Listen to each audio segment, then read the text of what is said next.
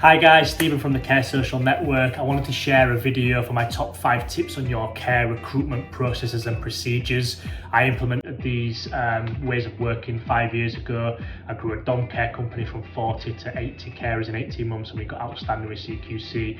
I've also hired care homes and supported living services, increased their hire rate by 50% in the last 12 months, and also helped them retain staff. We dealt with a company in Essex recently who've implemented these processes and procedures and they've got rid of all agency spend. If you implement these processes and procedures with your internal team, I guarantee you will automatically see results. You'll save money, get rid of agency spend, retain staff and grow your business. Hope they work for you. Thank you. Okay, so tip number 1 on hiring more care staff is the timing of the first phone call. So the timing of the first phone call has to be the same day as the carer applied. If they've applied at 6 p.m, obviously it's the next day.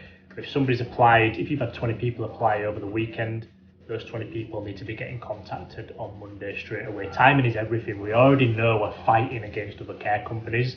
It's all a time game. Whoever gets there first will win ultimately if they've got their recruitment processes sorted. If you're saying you don't have time or look, we need to focus on the client first, it's not an excuse. You need to hire an internal recruiter, maybe more than that. If your guys internally aren't making phone calls on the same day to the guys who've applied, you are going to lose out. You're wasting money, you're just throwing money away. You need to be calling carers on the same day. The carers will appreciate it, you'll fend off all competition, and it just shows a willingness to hire those carers.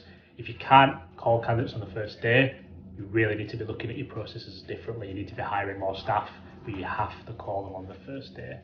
Okay, so tip number 2 is who is making the first phone call to the guys who have applied in care. There's no point having somebody who's inexperienced, hasn't got a good telephone manner, isn't warm, friendly, doesn't know the job role, doesn't know anything about your care company, is inexperienced. There's no point having this person making this phone call. It has to be somebody who is lively on the phone, warm, friendly, asks about the person as opposed to asking if they can do weekend shifts. It needs to build a rapport. I talk about the word rapport over and over again. Don't have somebody who's new to your company who knows nothing about you guys doing the first phone call. You might need to hire an internal recruiter. You might need to hire a salesperson.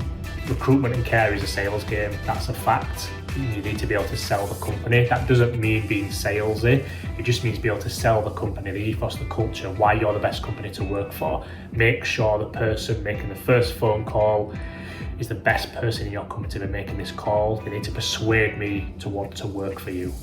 Okay, so tip number 3 is what is actually said during this phone call. So if somebody's inexperienced but they've worked for your company for a long time and they're not too sure how to make the call, or if they are experienced, either way, have a list in front of you of the top 10 reasons to work for your care company. Whatever they may be, you can choose them yourselves. So the culture, the ethos, work at the continuity of care, the training, the Christmas events, working with like-minded people, working with experienced staff, progression opportunities, whatever it may be. That doesn't mean list them off to the guys when you're speaking to them on the phone. It means just have them ready. You need to be able, the key here is persuading that person to come in for an interview. The first phone, by the way, we need to avoid emailing. I'll talk about that separately. People are emailing people to come in for an interview without even calling them. That is a massive no-no. I'll talk about that later. But you need to be making sure the content in this phone call is relevant. It answers all the questions. Get rid of have frequently asked questions in front of you as well. There's no point the candidate getting off the phone call and then thinking, hold on, what's the pay? Do I get paid double on weekends? What are the shifts on weekends? Will this fit in with my family life? Deal with all those questions on the phone call, not straight away. First 3 or 4 minutes needs to be talking about the person themselves. Why have they applied for this role? What's their family life like? What do they do in their social life? Talk to them about the social life. Talk to them about what they watched on telly last night, what's new on Netflix. You're building a rapport here. So they want to know that they're working with like-minded people like you. You don't have to be robotic and just read out questions.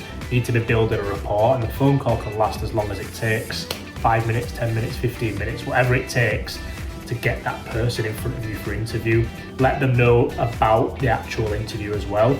So don't just end it by saying, yes, see you next Tuesday. Let them know what's going to happen in the interview. Tell them about parking on site. You can have a cup of tea or coffee when you get here. The interview will last however long it lasts. We'll also do some competency questions. I'll introduce you to care managers. Get rid of all doubt for any person on the phone call. They need to be persuaded to come in for interviews, and make sure you're doing this. Okay, so tip number 4 is the follow-up to the invite to interview. So you've had an amazing phone call, they've agreed to come in for an interview, that's great. Now what happens? You need to follow this up straight away, not that evening, not tomorrow, not the weekend. Follow up instantly by email to the candidate. So, hi Sarah, lovely to chat to you just now. Thank you for taking the time to speak to me. As promised, here's an invite to interview, and here's the details to get to our location.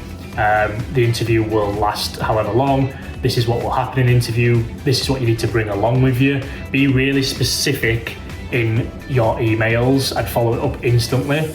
And the key here as well is getting them in as soon as possible. So make sure you're following up the phone call instantly with an email. If the interview itself is a week away, which it should never be really, but somebody might be on holiday, make sure you're also following up by email. I personally follow up by text as well. That's totally up to you. Some people don't like doing that. It works better. You will definitely increase your actual people coming to interview.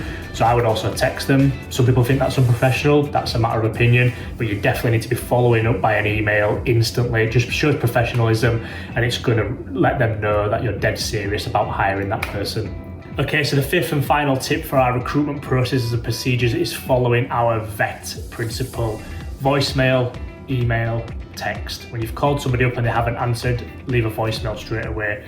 Follow up by an email with a call to action. Hi, I called you earlier. Please can you get me back on this number? Here's the benefits of working for us. Give them a reason to call you back, and then text with the same details as well. So this is the number you can get me on, this is my name, this is the role you've applied for, and the reasons they should work for you, the pros of working for you, why you're better than any other care company. As soon as you start implementing this, people are definitely going to follow up. You can't expect carers to pick up the phone between 9 and 5 and then just use the excuse, well, nobody ever calls us back, which everybody seems to be saying these days.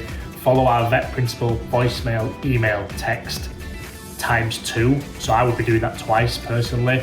Some companies do it 4 or 5 times, that's fine, but you definitely need to be doing it more than once. It just shows eagerness. If you're calling, voicemailing, emailing and texting a candidate twice, it just shows that you're keen. It doesn't show desperation, it shows that you really want to hire them, it shows you're keen. On top of this, you need to be keeping a spreadsheet or a database or an ATS, applicant tracking system if you like, of all the candidates who've applied. This way, you can keep an email database, and then you can do an email platform. You can email out all the candidates who've applied again separately, saying, look, you applied last week, we've now increased our pay rate, here's photographs of us recently at one of our care shows or one of our training days. This is going to encourage people to apply for you straight away, and they're going to show, it's just showing that eagerness to hire them. So I hope that works for you. So those are my top 5 tips from the recruitment processes and procedures. I hope they work for you. If you implement them, you'll definitely see results. You'll save money, you'll retain more staff, you'll hire more staff, you'll grow the care company. If you start using those straight away, pass them on to your internal recruiters, it will definitely work. Let me know your results, and yeah, any questions, let me know. Thank you, bye bye.